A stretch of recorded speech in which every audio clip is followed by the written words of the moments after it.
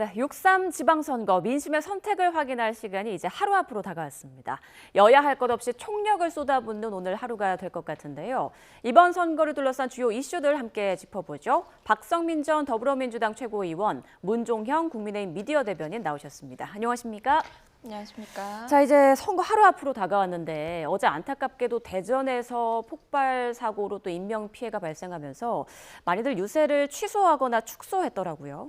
네, 맞습니다. 실제로 이제 정청래 그 대표께서도 원래 충북 괴산에서 이제 일정을 수행하시다가 이제 사고 소식을 접하고 나서 뒤에 예정되어 있던 울산 유세를 취소하고 대전으로 달려가시기도 했는데요. 예. 그뿐만 아니라 이제 중앙당에서 지침을 내리게 되면서 뭐 로고송을 사용하지 말아야 되고 그다음에 운동이나 뭐 율동이나 아니면 확성기 중심의 유세는 안 하는 것으로 자제하는 좀 유세를 펼친다. 그뿐만 아니라 이제 일시적으로 유세를 중단하는 그런 지침도 있었습니다. 그래서 아무래도 사상자 수가 꽤 있었고 예. 굉장히 안타까운 사고였고 피해의 규모 역시 큰 만큼 이 전국적으로 아무리 선거일이 투표일이 목전이라고 하더라도 이 선거운동을 좀 자제해야 된다라는 분위기가 여야가 좀 공감하는 상황이었던 것 같습니다. 네, 선거보다 국민 안전이 우선이다라는 걸 보여주는 그런 행보였던 것 같은데, 자, 13일에 열띤 유세전 오늘이 마지막입니다. 오늘 자정까지 선거 운동이 가능하잖아요. 그런데 좀 조용한 유세가 계속 되겠죠?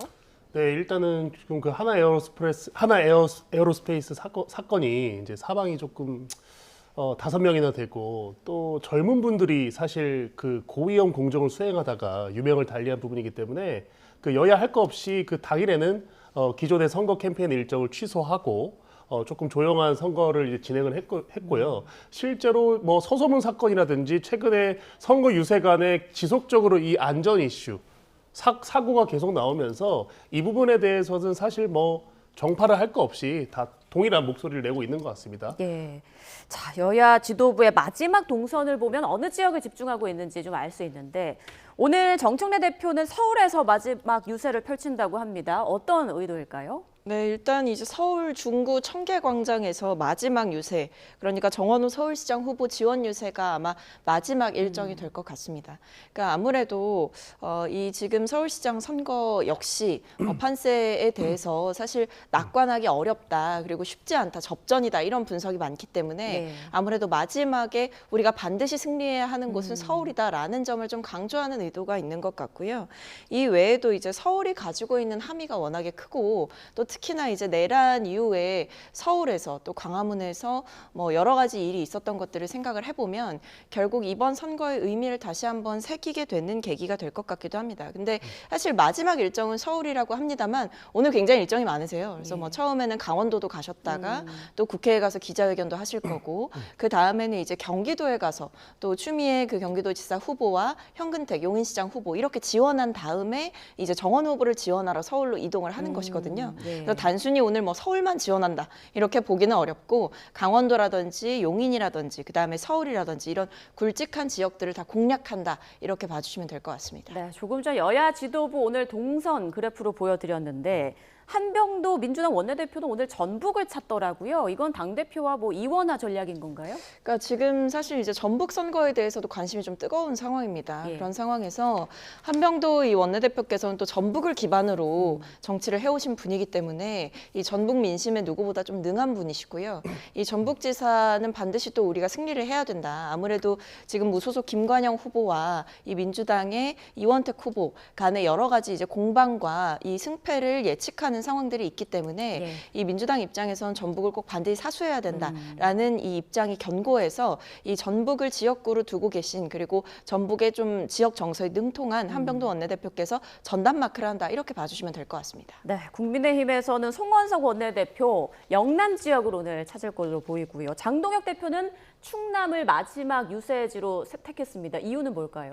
네, 이제 당연히 중원이 승부처라는 어떤 전략적인 판단이 있는데요. 사실 오늘 충남만 방문하는 것은 아닙니다. 예. 오늘 아침에는 이제 구로 디지털 단지 여기서 시민분들에게 인사를 드리고 8시에는 이제 대국민 호소문을 저희가 현재 발표를 하고 있습니다. 그리고 나서 이제 지도부와 이제 대부분의 이제 그 국회의원들이 충남 쪽으로 가서 이제 충남 당진, 공주, 청양 이런 지역을 두루 이제 순회를 하는 것인데 사실은 이제 충청 민심이 지금 전국의 민심이라는 이런 판단을 저희가 하고 있고요. 저희가 선거 초반에는 영남권 보수층의 결집을 조금 위주로 선거운동을 했다면 오늘이 마지막인 만큼 충청권에서 좀 전 국민의 민심에 부합하는 그런 행보를 보임으로써 마지막 날에 지역 할 거 없이 충청권에서 대국민에 대한 어떤 조금 메시지를 저희가 행보로서 조금 표현할 예정입니다. 네, 충청권이 캐스팅 보트 지역이라고 이제 불리는 만큼 이번 선거 운동 기간 중에 여야 대표가 가장 많이 찾은 곳이 충청권이라고 하고요. 반대로 공식 선거 운동 기간에 여야 대표가 한 번도 찾지 않은 곳이 있습니다. 정청래 대표 부산을 찾지 않았어요. 지난 오빠 논란 이후 좀 의식해서 찾지 않은 걸까요? 어떻게 보세요? 뭐 당연히 이제 영향이 있겠죠. 물론 이유가 그것만은 아니겠습니다만 아무래도 이제 이 부산 민심 자체가 사실 오히려 당이 좀 더 개입하면 개입할수록 그것이 후보에게는 좋지 않은 영향으로 갈 수 있다라는 판단이 좀 종합적으로 있었던 것 같고 결국에 이제 뭐 사실 접전지가 다 그렇기는 합니다. 뭐 부산이라든지 아니면 대구라든지 사실 민주당 입장에서는 굉장히 도전 정신을 갖고 임해야 되는 이른바 이제 험지라고 하는 곳들은 네. 사실 당색이 더 강하게 개입될수록 이제 유권자들의 표가 조금 떠나갈 수 있는 위험이 있기 때문에 사실 후보들이 후보들의 경쟁력으로 그리고 후보들의 색깔로 치러내는 것이 훨씬 더 좋은 선거 전략이다 이렇게 평가하시는 분들이 많아요.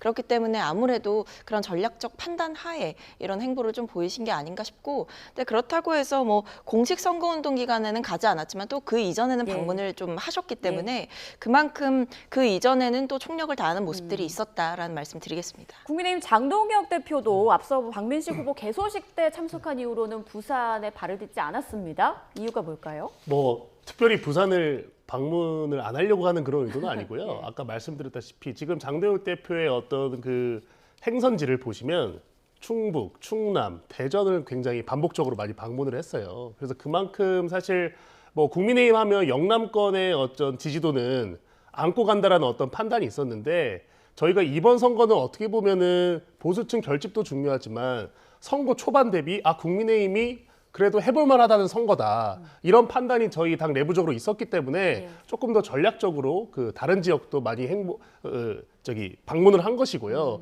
부산 같은 경우는 사실 뭐 예를 들면 부산 북갑 이런 곳은 저희가 개소식 때도 장동혁 대표와 당 지도부가 다 가서 힘을 실어줬고 어떻게 보면 박근혜 대통령이 최근에 박민식 후보에 직접 방문하고 또 이명박 전 대통령까지 박민식 후보로 방문했기 때문에 충분히 어떤 주목도, 지지도를 결집했다고 보는 것이고 그 외에 이제 원내대표와 당대표가 일정을 조금 분할해서 방문을 조금 더 못했거나 아니면 전략적으로 더 중요도가 있는 지역에 방문을 한다 이렇게 봐주시면 될 것 같습니다. 네, 말씀하신 대로 보수 진영 후보들 유세 현장에 전직 대통령들의 움직임이 참 눈에 띈 그런 선거 기간이었는데요. 국민의힘 선대위원장급 행보를 보인 박근혜 전 대통령을 향해 단종처럼 보게 될 것이다 이런 발언이 나왔습니다. 어떤 내용인지 화면 함께 보시죠.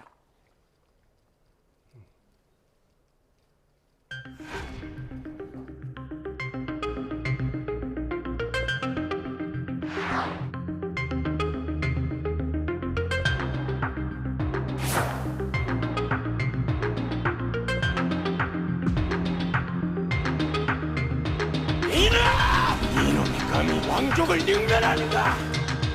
Round one, fight!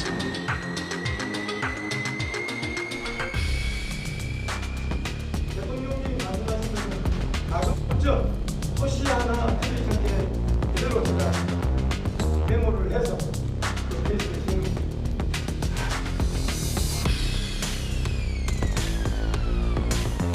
주지도 않는 거예요. 한번 박아보는 분의 말을 제가 그렇게 해석하고 그럴 수는 없을 것 같아요.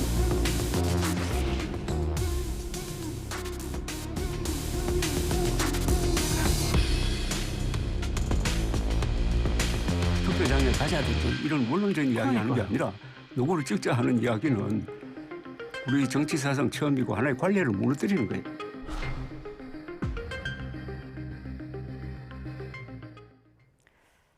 네, 영화 왕과 사는 남자 흥행 이후 많은 그 단종 아리들이 탄생을 했는데 그분들이 어떻게 받아들일지 모르겠습니다. 박근혜 전 대통령이 단종처럼 복귀할 것이다. 유영하 의원이 한 말이더라고요. 어떻게 들으셨어요? 저는 이제 자충수가 된다라고 보는데요. 일단 박근혜 전 대통령의 등판 그리고 전면적인 어떤 선거운동을 벌였던 것, 그거 자체가 저는 보수 진영에 뭐 일시적인 어떤 지지층의 결집은 있을 수 있을지언정 그것이 효과가 크지 않았을 것이다라고 보고 있고, 무엇보다도 보수가 여전히 과거에 갇혀 있다라는 인상을 주기에 쉽고, 더 나아가서는 이제 윤 전 대통령도 내란을 일으켜서 탄핵을 당했는데 그 외에 박근혜 전 대통령도 국정농단 때문에 파면당하지 않았습니까? 탄핵당했습니다. 이제 그런 것들을 다시 한번 떠올리게 하는 계기가 된다. 그러니까 윤 어게인에 이어서 박 어게인을 추종하는가라고 국민의힘에 묻지 않을 수가 없고, 보수의 변화나 쇄신 아니면 개혁 이런 부분들과는 굉장히 거리가 먼, 심지어 방금 이제 앵커께서 말씀하신 어떤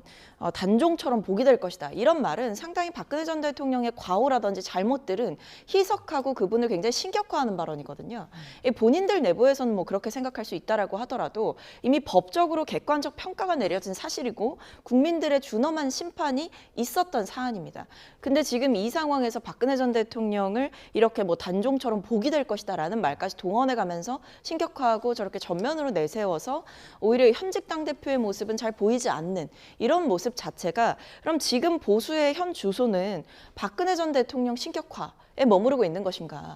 어떤 내란에 대한 반성이나 사죄, 그 뒤에 장동혁 대표 지도부의 어떤 노선들에 대한 이 국민들의 불만, 이런 것들은 전혀 보이지 않는 것인가? 심지어는 과거로 더욱더 후퇴하는 것인가? 이런 생각이 들 수밖에 없어서 이게 일부 지지층을 결집시키려다가 오히려 중도층이라든지 무당층은 전부 다 떠나보내는 결과, 그리고 더 나아가선 진보 진영을 오히려 역결집시킬 수 있는 그런 명분들을 지금 제공을 했다라는 생각이 듭니다. 네, 박근혜 전 대통령은 탄핵 이후 9년 만에 유세 현장에 나타난 건데요. 이번 선거 결과에 따라서 다시 정식적으로 정치활동 복귀하는 거 아니냐, 이런 소식도 나오고 있습니다.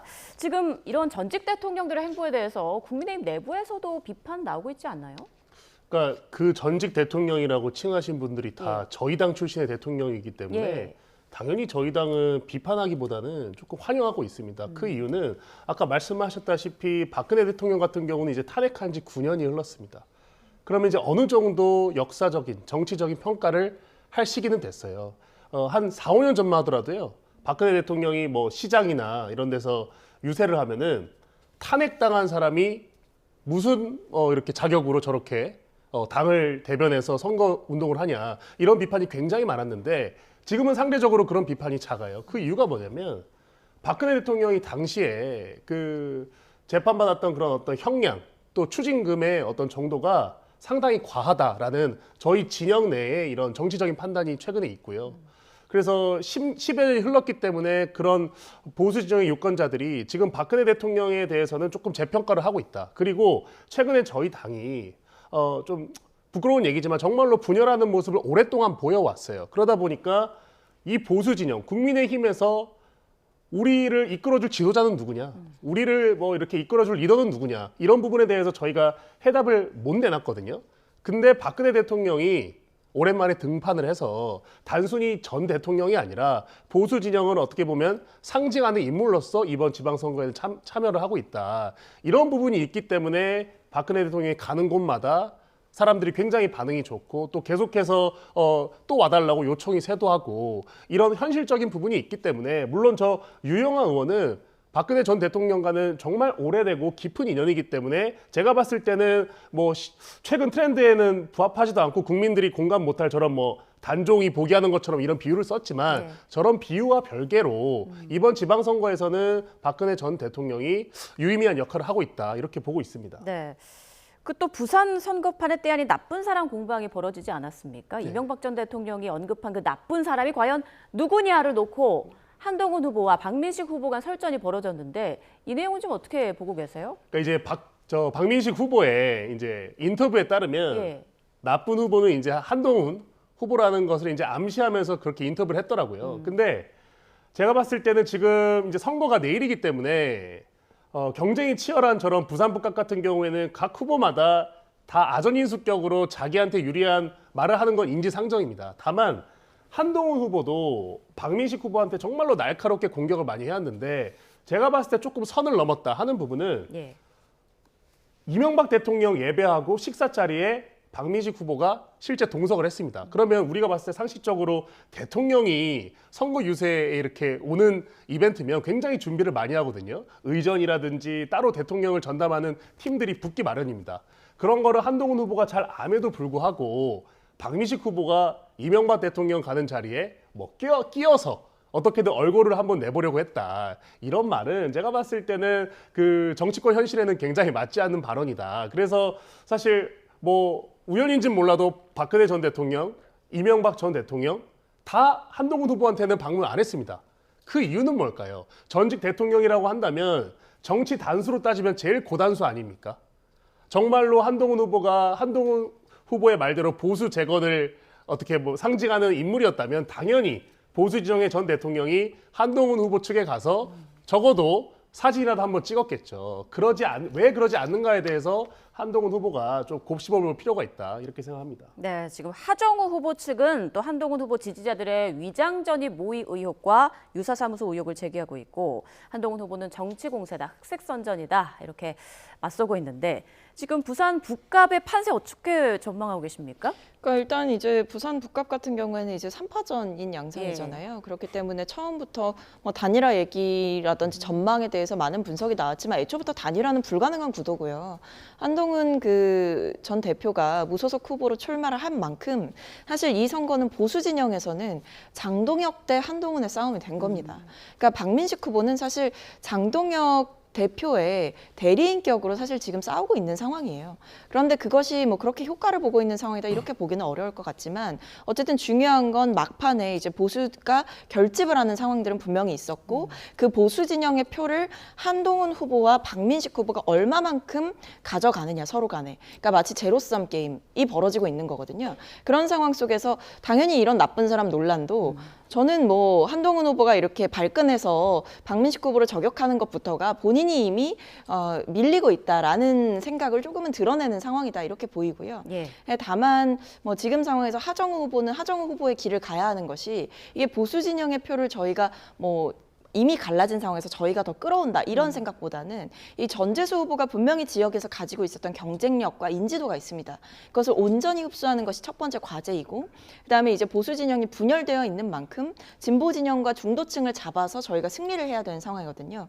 그래서 저는 하정우 후보가 최근에 있었던 이 북갑 선거 토론회에서 이 한동훈 후보에게 맹공을 펼치는 모습도 잘 보여줬고 또 한동훈 후보 측의 지나친 네거티브라든지 아니면 여러 가지 의혹 제기에 대해서 단호하게 잘 끊어내는 모습을 보여줬기 때문에 네. 저는 부산 북갑의 유권자들께서 여당의 후보인 만큼 그리고 또 전재수 후보와 함께 어떤 지역을 발전시킬 사람의 적임자로서 하정우 후보를 선택해 주실 것이다 이렇게 보고 있습니다. 네, 마지막 질문은 두 분께 좀 짧은 답변 부탁드리겠습니다. 지금 여기저기서 이번 선거가 양당 대표의 정치적 명운이 달린 선거다라는 얘기가 나오고 있는데 양당 대표 각각 어느 지역 결과를 가장 주시하고 있을지 어떻게 보세요? 사실 한 곳만 주시하고 계시진 않을 것 같은데요. 뭐 두 곳을 꼽아보자면 이 서울과 대구, 그다음에 이제 전북을 좀 주시하고 계실 것 같습니다. 예. 일단 대구 같은 경우는 정말 우리가 이 지역주의의 벽을 깰 수 있을 것인가. 그리고 김부겸 후보의 이 엄청난 상승세와 어떤 경쟁력 이런 것들이 좀 보여지고 있는 양상이라 굉장히 접전이다. 이렇게 평가가 되고 있는데 보수의 심장이다라고 불리던 곳에서 이 정도의 성과를 낸 것 자체가 굉장히 유의미하다라고 보고 서울이나 전북 같은 경우에는 다 아시겠지만 정치적으로 굉장히 큰 의미를 예. 지니고 있는 상황이다. 이렇게 말씀드리겠습니다. 장동혁 대표는 어딜 주시하고 있을까요? 부산 북갑입니다. 예. 저희가 이제 국민의힘 입장에서 제일 중요한 선거가 어디냐 묻는다면 당연히 제가 봤을 때 서울, 대구, 부산 이렇게 도시 이름을 말하는 게 맞지만 아무래도 이제 장동혁 대표와 한동훈 후보와의 어떤 그런 정치적인 관계 그리고 이번 지방선거에서 그 부산 북갑이 정말 핫스팟으로 주목받았던 그런 히스토리를 볼 때 만약에 부산 북갑에서 정말로 저희가 예측하지 않은 다른 이변이 나온다. 반전이 나온다면 제가 봤을 때 장동혁 대표 개인적으로도 굉장히 큰 어떤 위기가 될 수 있다. 이런 말을 제가 조금 과감하게 오늘 한번 드려봅니다. 왜 그러냐면 이제 내일이면 결과가 나올 텐데 그렇죠. 저희도 예상 밖에 사실 너무 많은 스포트라이트가 그 부산 북갑에 집중됐기 때문에 그런 차원에서 아마 내일이 된다면 그 결과가 이제 드러나지 않을까 생각합니다. 네, 자 내일 양당 대표의 표정은 또 어떨지도 하나의 관전 포인트가 될 것 같습니다. 지금까지 박성민 전 더불어민주당 최고위원, 문종영 국민의힘 미디어 대변인과 함께 지방선거 판세 짚어봤습니다. 고맙습니다.